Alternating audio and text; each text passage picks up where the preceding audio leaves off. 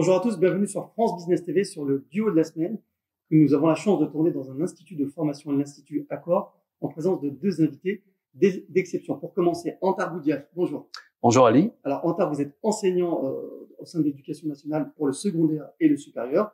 Nous reviendrons avec vous sur votre parcours, mais aussi sur votre engagement citoyen. Merci d'être parmi nous. Merci à vous et merci pour votre invitation. Merci Antar. Et également Rabat Kabej, bonsoir. Bonsoir. Alors Rabat Kabej, vous êtes directeur général et fondateur du groupe Accor ici, où nous sommes. Vous avez eu la gentillesse de nous recevoir et nous reviendrons vers vous sur votre parcours, mais également sur votre engagement autour de la formation et sur votre mission 2021. Avec grand plaisir. Merci Rabat. Sans plus tarder, pour commencer, alors, Antar Boudiaf, vous êtes enseignant au sein de l'Éducation nationale pour des ingénieurs en alternance et membre fondateur d'un réseau professionnel de solidarité, Inmedio. Est-ce que vous pouvez nous parler un petit peu de cet engagement? D'accord.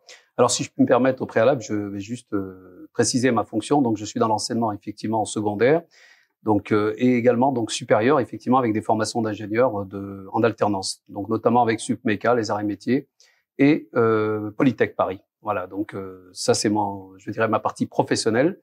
Et dans un deuxième temps, effectivement, je mène des activités autour associatifs, autour de réseaux donc professionnels, afin d'aider des jeunes, soutenir des jeunes dans leur démarche de recherche de stage, de contrat, de premier emploi. Et donc, on a monté avec un groupe d'amis, donc un collectif, un réseau qui s'appelle Inmedio, et qui est là justement pour contribuer donc à permettre aux jeunes de s'insérer professionnellement. Alors, voilà. Vous parlez justement d'Inmedio, donc comme réseau professionnel d'entraide pour les citoyens. Oui. Pourquoi ce nom? Alors, Inmedio signifie le juste milieu. Donc voilà, c'est un équilibre, voilà, tout simplement, parce que on est justement dans un cercle vertueux. On essaie de mettre en place des choses qui permettent à nos jeunes justement de s'insérer professionnellement et puis de trouver leur place au sein de la société, donc de notre société française. C'est très important et c'est les enjeux de demain, justement cette jeunesse qui sera là, qui va assurer cette relève. Et donc pour nous, c'est très important. Et je suis entouré donc de chefs d'entreprise, de gens, d'avocats, de médecins, tout à fait, d'universitaires, et puis des gens d'avis, je dirais, citoyenne, donc des gens qui sont investis dans des milieux associatifs et qui ont envie de contribuer, d'apporter leur pierre à l'édifice également par une contribution pour mettre en place justement, comme je vous disais, des outils pour aider ces jeunes. Alors, Antar Boudiaf, ce réseau existe depuis quelques années. Vous organisez beaucoup d'actions. On reviendra sur les actions de solidarité humanitaire que vous organisez, mais vous organisez aussi des forums emploi. Alors, en quoi ça consiste? Alors, les forums emploi ont été mis en place il y a à peu près 5 ans.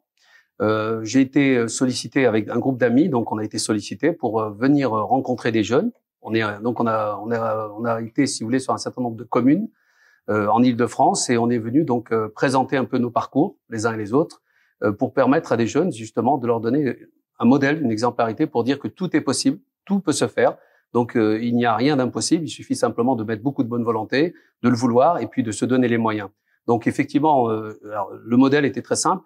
Je faisais venir 7-8 personnes, donc on allait donc nous présenter aux jeunes et pendant quelques minutes, sur des modèles, sur un format de 3-4 minutes, chacun des intervenants venait se présenter. Sur des petits pitchs. Voilà, et il expliquait un peu son parcours, les atouts, les inconvénients, mais c'est surtout les atouts, parce que si ces gens-là font ces métiers-là, c'est qu'ils aiment leur métier, et leur dire simplement qu'il faut aimer ce qu'on fait. C'est la première chose, c'est aimer ce qu'on fait. Et ça, si vous voulez, après, ça ouvre toutes les portes. Et donc, ça a permis à beaucoup de jeunes, je pense que ça les a sensibilisés sur l'intérêt de la poursuite d'études et puis sur leur projet professionnel, justement, de le concrétiser. Voilà. Dans les jeunes que vous avez rencontrés à Antar Boudiaf, quels sont les profils justement de ces jeunes? Est-ce que ce sont des jeunes qui sont plutôt en recherche d'une orientation, qui sont peut-être en découverte? Quels sont aussi les profils des personnes qui présentent? Ce sont plutôt des chercheurs, plutôt des ingénieurs? C'est quoi en fait? Comment vous modélisez tout ça? Alors d'abord, les jeunes, le public justement auquel on a eu affaire, c'est des gens qui sont à la recherche déjà d'eux-mêmes. Je précise, donc ils se recherchent, donc ils ont besoin justement de poser, d'avoir des repères, parce que certains sont, je dirais, en difficulté, certains n'ont pas de visibilité sur la poursuite d'études, ils n'ont pas, si vous voulez, ils n'arrivent pas à anticiper, de se dire qu'est-ce que je peux faire demain. Donc c'est des jeunes, si vous voulez, pour qu'un jeune puisse réussir, il faut qu'il ait un projet, et un projet donc d'avenir. Et ça, c'est la meilleure manière pour lui de pouvoir réussir. Donc nous, si vous voulez, en arrivant, l'idée c'était de les sensibiliser, de leur dire voilà le panel de métiers qu'on vous propose. Effectivement, alors je peux donner quelques exemples.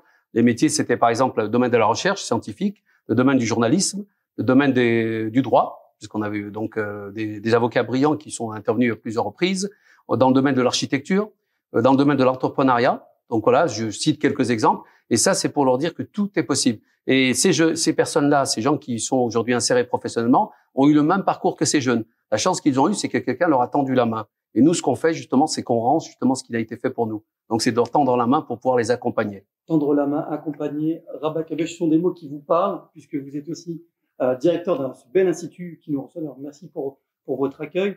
Vous avez en commun avec Monsieur Antar Boudiaf justement d'être membre cofondateur de ce groupe Inmedio de solidarité, mais aussi justement fondateur de ce groupe Accord de formation. Présentez-nous un petit peu ce que vous faites.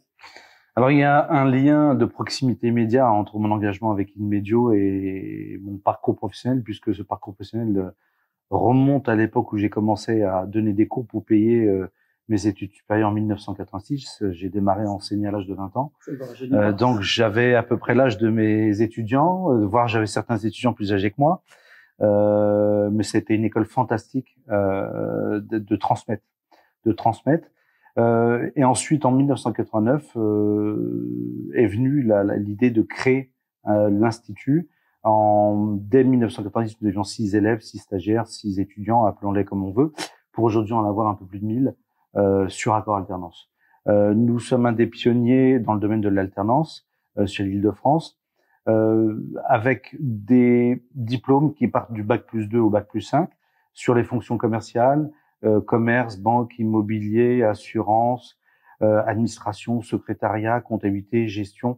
Voilà, on brasse à peu près tous les métiers dits tertiaires. Y compris le numérique, Alors, nous avons mis en place également effectivement un master en marketing digital qui permet justement de permettre à des jeunes de se spécialiser sur ces métiers d'avenir et qui sont aujourd'hui très très recherchés par les entreprises et qui permettent aussi à certains jeunes de cumuler aussi de fonctions à la fois d'étudiants mais aussi de start-upers, puisque grâce à cette spécialisation, ils créent eux-mêmes leur propre entreprise pour vendre du conseil en marketing digital.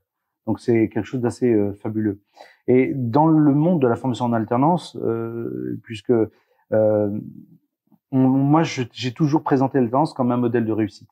À notre époque, à nos âges, les étudiants ou les élèves, les collégiens qui n'étaient pas bons étaient orientés immédiatement dès la 5e en apprentissage, en CAP, boulangerie, restauration, maçonnerie, chaudronnerie, des métiers dits nobles aujourd'hui, mais à l'époque c'était une voie de garage. Et j'ai dû lutter pendant de nombreuses années en France, ici, au niveau des pouvoirs publics, au niveau aussi des parents, pour leur montrer que l'apprentissage était une voie noble, aussi noble qu'elle l'est en Allemagne depuis maintenant plus de 50 ans. Si aujourd'hui l'Allemagne est le premier pays industriel au monde, avec la plus grande industrie au monde, c'est parce que la notion d'apprentissage est très forte, très ancrée dans ce pays.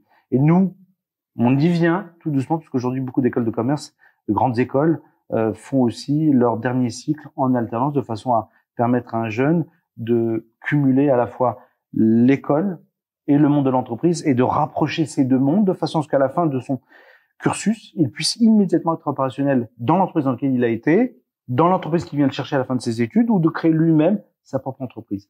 Et c'est aussi un cercle vertueux parce qu'aujourd'hui dans mes clients, dans les entreprises avec lesquelles je travaille, eh bien j'ai beaucoup de mes anciens élèves qui ont eux-mêmes créé leur société ou qui ont pris des postes à responsabilité et qui viennent recruter des gens en alternance. Donc on est sur un cercle vertueux. Et ça c'est juste extraordinaire. Voilà. Rabat Kabesh, excusez-moi, est-ce que vous avez beaucoup de jeunes qui trouvent tout simplement un emploi, sortir justement des études aussi de votre institut? Sur nos dernières statistiques, nous avons plus de 90% de nos jeunes qui trouvent un emploi dans les 6 mois à la sortie de mon institut. Voilà, 80. Absolument. J'ai aussi, Rabat Kabesh, que vous affichez, alors c'est derrière vous, les téléspectateurs ne le verront pas, mais les taux de réussite dans les différentes filières, c'est plutôt encourageant. C'est très encourageant puisque certains de nos confrères dans le domaine des lycées publics envient nos taux de réussite. Et c'était aussi une gageure puisque permettre à un jeune d'avoir un travail à raison de 3 jours par semaine et d'étudier que 2 jours par semaine, c'était vraiment un challenge.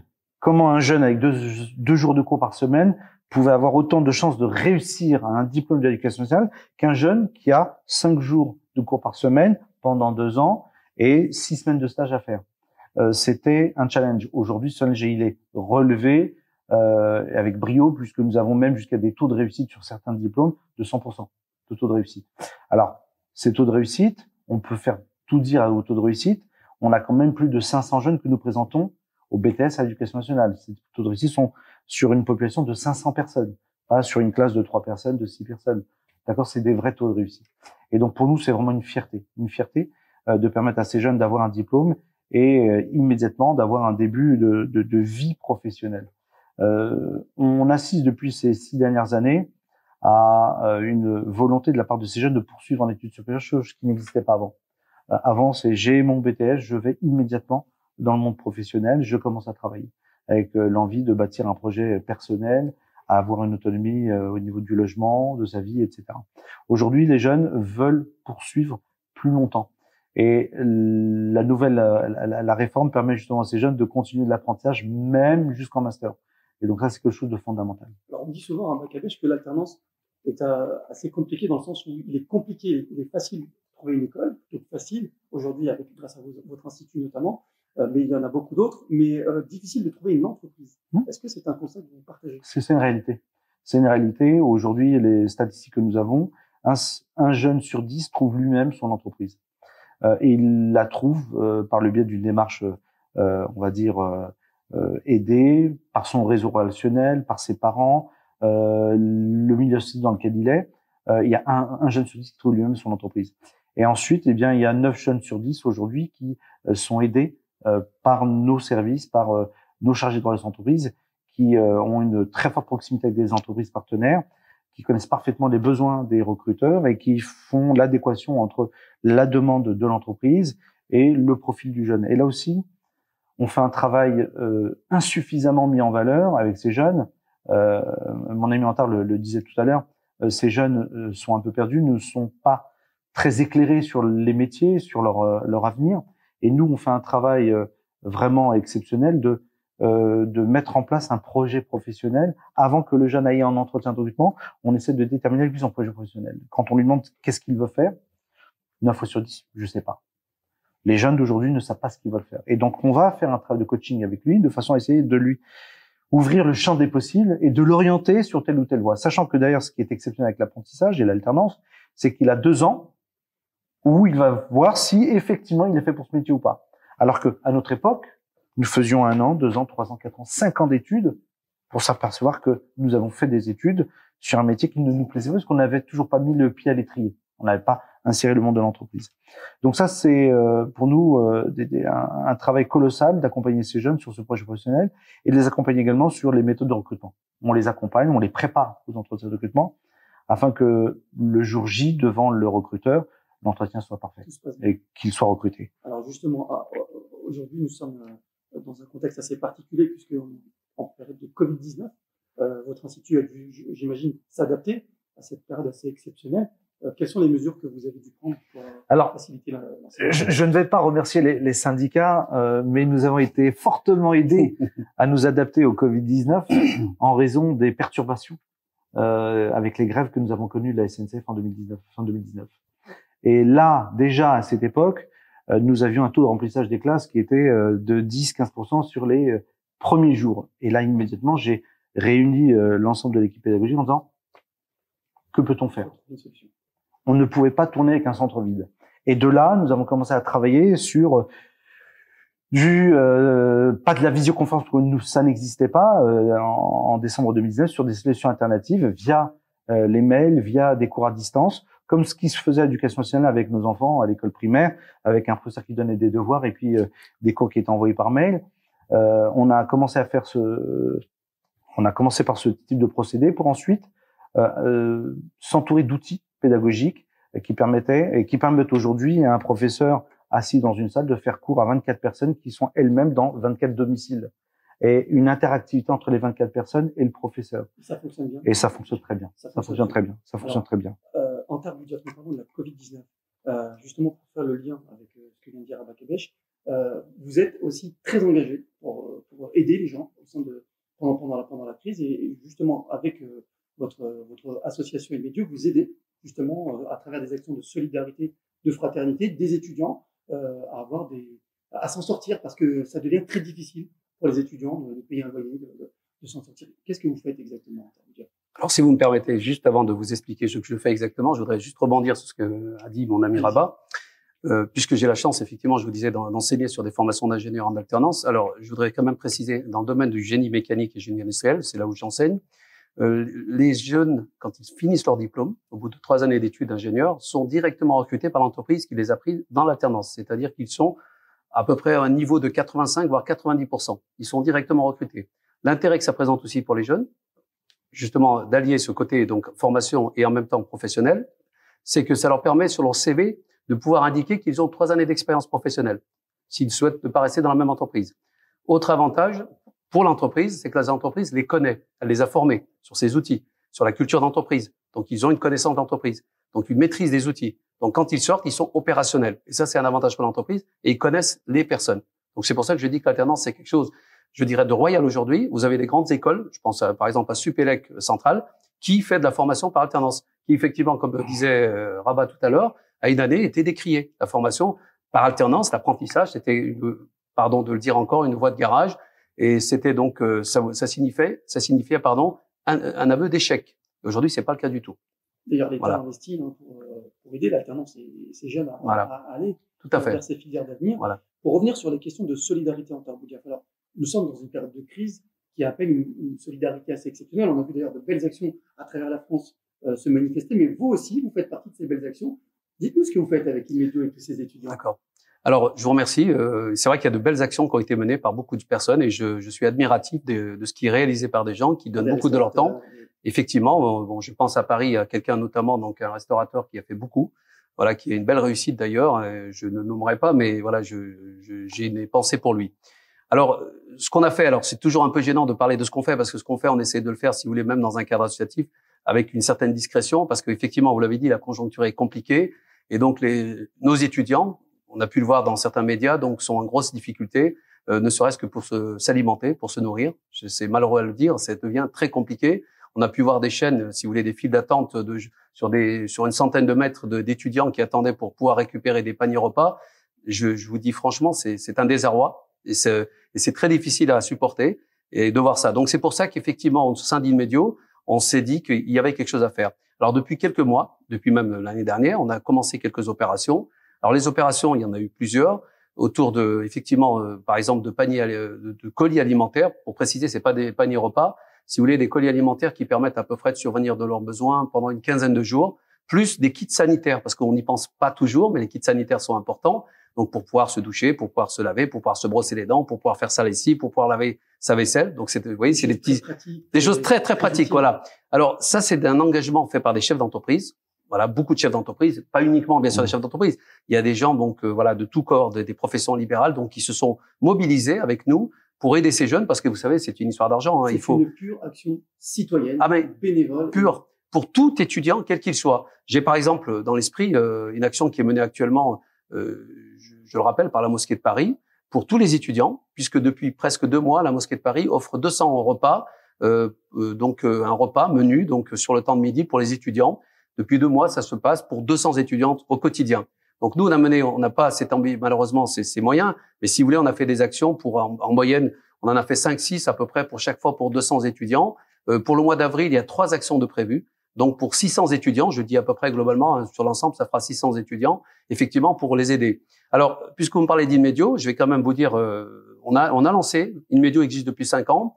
À un moment donné, vous savez, on démarre très vite, puis à un moment donné, on se pose un peu. C'est vrai qu'il y a eu un temps de pause. Et puis là, on repart de plus belle. Pourquoi? On a créé un réseau social professionnel qu'on va prochainement, je peux vous le dire en 2021, je dirais l'activer. Et ce réseau social va permettre un peu LinkedIn, hein, une forme de LinkedIn simplifiée, va permettre à des entreprises, à des demandeurs, des étudiants, donc qui recherchent des stages ou des contrats ou un premier emploi, de les mettre en relation. Donc ce réseau social sera activé, permettra aux jeunes de s'inscrire gratuitement et permettra donc aux entreprises de pouvoir recruter et aux jeunes de pouvoir trouver une entreprise. Et les entreprises que vous ciblez à Tarbougaf, ce sont des entreprises qui sont déjà membres de ce réseau? Certaines sont membres de ce réseau, mais évidemment que ce sera ouvert à toutes les entreprises. Donc on va commencer au niveau régional, au niveau d'Île-de-France, et on va bien sûr déployer, j'espère, sur l'ensemble du territoire français. L'ambition, c'est quand même de permettre à un maximum de jeunes dans tous les territoires de France de pouvoir justement profiter de ce réseau social professionnel et aux entreprises de pouvoir recruter des jeunes intéressants pour eux, des profils intéressants. Voilà, donc on est dans cette démarche, c'est quelque chose qui a été mis en place. On a mené d'autres opérations. Bon, j'aime pas trop, je dirais, déballer tout ça, mais c'est important aussi à un moment donné de dire ce qui est fait. On a mis en place un partenariat avec la FCPE à un moment donné, il y a depuis 1 an et demi, 2 ans, 1 an et demi.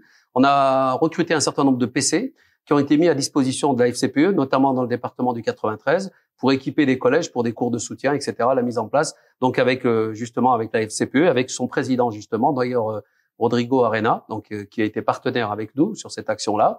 Voilà, on a fait d'autres choses aussi. Voilà, ce serait un peu long des. La région Île-de-France également. Oui, avec la région Île-de-France, oui, et notamment avec la vice-présidente, donc chargée de la santé, Madame Farida Adlani, avec qui on a eu des actions aussi de solidarité, parce qu'elle est chargée aussi, en dehors de la santé des familles, de la solidarité. Donc, je tiens à la remercier d'ailleurs une nouvelle fois pour les actions qu'elle a menées avec nous. Rabat Kabesh, est-ce que vous voulez réagir sur justement cette analyse de la solidarité des étudiants, vous qui êtes au quotidien confrontés à des étudiants? Alors, ces étudiants que nous avons, nous, ont cette chance, entre guillemets, c'est d'être payés à la fin du mois, c'est d'avoir un salaire et de continuer à travailler en entreprise. Et pour ceux qui ne travaillent pas parce que les magasins sont fermés, il y a des systèmes d'aide de solidarité qui, comme le chômage partiel, qui leur permettent, quoi qu'il arrive, d'avoir un salaire à la fin du mois. Et donc, effectivement, on a été tous touchés immédiats parce que nous avons vu dans les images ce qu'on a entendu, surtout aussi le président de l'association d'étudiants que nous avons rencontré, qui nous a exposé des situations particulières. On a été émus et on s'est dit, il faut qu'on participe. Il faut vraiment participer. Et donc, on a rapidement réuni des fonds auprès de chefs d'entreprise, d'enseignants également, de professions libérales, de simples citoyens, qui ont tous contribué. Et je tiens vraiment à les remercier de cette solidarité, un bel élan de solidarité, pour permettre à ces jeunes de tenir 2 à 3 semaines, 2 à 3 semaines voilà. Et leur regard, leur merci, vraiment nous renforce dans notre envie de continuer à faire encore plus, car vraiment il y a un vrai besoin, dans cette solidarité également dont on parlait avec la FCPE, un autre ce qu'on a fait aussi avec Rodrigo Arenas au titre d'Inmedio, c'est que nous avons fait aussi des tournées entre guillemets auprès de parents d'élèves pour leur parler de l'apprentissage également, pour justement briser ce tabou de l'apprentissage. Et effectivement, quand je commençais toujours mes interventions, on demandait aux parents qu'est-ce que pour eux signifiait l'apprentissage. Et ils étaient tous exactement formatés comme nous. L'apprentissage, ouais, ben non, moi, mon fils, j'ai pas envie. Et je l'ai pris à rebours. J'ai pris leur c'est un peu de la pédagogie. J'ai pris leur révulsion pour l'apprentissage. J'ai pris leurs propos en leur disant, écoutez, si je vous dis que le bâtonnier de l'ordre des avocats de Puy-en-Velay a fait de l'alternance, si je vous dis que le patron de la boxe chez Darty a fait de l'alternance, etc. Et le point commun de tous ces gens que je suis en train de vous présenter, c'était mes anciens élèves. C'est votre institut. Voilà. Ils sont sortis de chez moi. Et là, tout d'un coup, les visages ont commencé à se décrisper. Mais c'est pas possible. On peut réussir. Oui, on peut réussir. Mais comment on fait? Mais comment vous réussissez? Et donc là, il y a tout un travail de déformatage des parents, dont je fais partie, pour faire en sorte que l'apprentissage soit vraiment une voie comme une autre de poursuite d'études pour nos jeunes. Et quand on voit les taux de réussite aussi bien au diplôme qu'en insertion professionnelle, c'est prodigieux. Alors, Rabat, vous parlez de cette nouvelle mouture de l'apprentissage qui a une nouvelle dynamique, un nouveau PEPS. Moi, j'aimerais vous interroger, vous, en tant que directeur d'un institut de formation, sur la réforme de la disparition, alors je ne sais pas comment on doit le dire, mais de la fin de l'École nationale d'administration qui va être remplacée par un nouvel institut de service public. Quel est votre sentiment sur ce qui se passe? Est-ce que c'est la fin d'une élite, c'est le début d'une nouvelle ère? C'est quoi? Je vais essayer de mesurer mes propos et d'être assez contenu. Le problème ne réside pas sur l'ENA. À l'ENA, quoi qu'on en dise, toutes les couches sociales sont représentées. Bien entendu, on a une reproduction des élites, on a une reproduction sociale qui se fait au sein de l'ENA, et les classes les plus avantagées, les plus aisées sont surreprésentées à l'ENA. Pour autant, à l'ENA, vous avez des personnes qui sont issues de cette diversité, qui sont issues de milieux sociaux pauvres et qui réussissent aussi bien que leurs camarades qui sont issus de lycées prestigieux, d'écoles prestigieuses. Voilà. Une fois qu'on a dit ça, le problème résiste après l'ENA. Dans le cadre d'associations, Convergence républicaine citoyenne, nous avions été reçus par un ministre de l'Intérieur qui avait mis en place à l'époque, je ne citerai pas son nom, mais vous reconnaîtrez facilement, la discrimination positive. Et au nom de l'association, nous avons voulu un rendez-vous avec lui pour lui dire que nous étions contre sa réforme de sa proposition de discrimination positive, et nous lui avons expliqué pourquoi. C'est assez original d'ailleurs cette position d'être. Absolument. Mais on est toujours à rebours, nous. On est toujours les petits Gaulois là, qui se braquent. Et on lui a expliqué pourquoi nous étions contre cette discrimination positive. Et il nous a raconté une anecdote qui nous a fait vraiment également réfléchir et qui vous fera comprendre que l'ENA, c'est un début. Ça n'est qu'un début. Il faut aller plus loin. Il a réuni les 22, à l'époque il y avait 22 régions en France, il a réuni les 22 préfets de région et il leur a posé la question: quelle étude vous avez fait, de quel institut êtes-vous diplômé? Les 22 ont répondu: nous avons fait l'ENA. Très bien. On leur a demandé: dans vos promotions, est-ce que vous avez des camarades qui étaient issus de la diversité, des immigrations? Et sur les 22, les 22 préfets ont dit oui, dans nos promotions, certains de nos camarades provenaient, etc., etc. Troisième question, puisqu'ils avaient réponse à tout, brillant, puisqu'ils ont fait l'ENA. Troisième question qu'il leur a posée, c'est pourquoi aucune de ces personnes n'est aujourd'hui là parmi vous les 22. Et là, tous les préfets ont regardé leurs souliers. Tous ont baissé la tête. Personne n'a pu lui apporter un début de réponse. Et c'est là où a germé son idée de mettre de la discrimination positive aux plus hautes fonctions de l'État. Et de là, les préfets nommés par le président, nommés sur proposition du ministre, les préfets à l'égalité des chances, et voilà, faire voler en éclats ce plafond qui fait en sorte que un ouvrier peut difficilement devenir préfet. Un fils d'ouvrier peut devenir difficilement préfet. Un fils voilà, issu d'une immigration d'Afrique du Nord, Afrique subsaharienne, sera difficilement préfet. Aura beaucoup plus de difficultés. Donc c'est là où est née cette idée de discrimination positive. Et de là, nous-mêmes, on a été complètement perturbés par ce qu'on a entendu autour de ces tables. Et donc, il nous a ralliés à sa cause après, par la suite. Il vous a rallié à sa cause. Absolument. Antar Boudiaf, pour rebondir sur ce que vient de dire Abba Kabesh, est-ce que, selon vous, la France a réussi l'insertion des jeunes dans toute la diversité qu'ils représentent, ruralité, quartiers difficiles, quartiers populaires? Est-ce que, selon vous, la France a réussi cette insertion de jeunes? Alors, la réponse est plus compliquée, elle est plus complexe que oui ou non. Parce que je pourrais vous dire oui, je pourrais vous dire non, mais je pense que j'aurais tort dans les deux cas de figure. Il y a des choses qui sont réussites, je dirais il y a des réussites, puis il y a des choses encore à revoir, à travailler, je dirais à améliorer.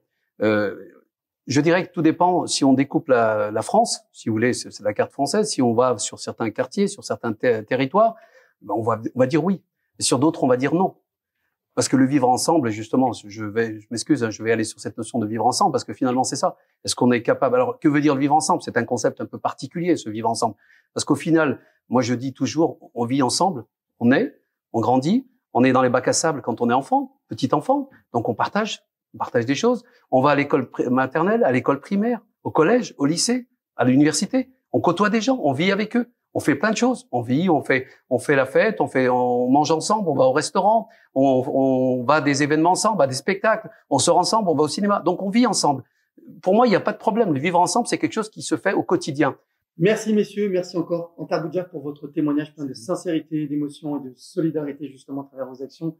Merci, Abba Kabesh, pour votre beau parcours, pour ce bel institut de formation qui montre cette belle jeunesse, parce que voilà, vous êtes encore un jeune entrepreneur, mais qui réussit et qui donne cette image à tous ceux qui nous regardent. Et je vous dis à très bientôt pour une nouvelle émission de France Business TV autour de l'actualité économique, sociale et numérique. Et vous l'avez compris, de toutes les belles initiatives en France. À bientôt.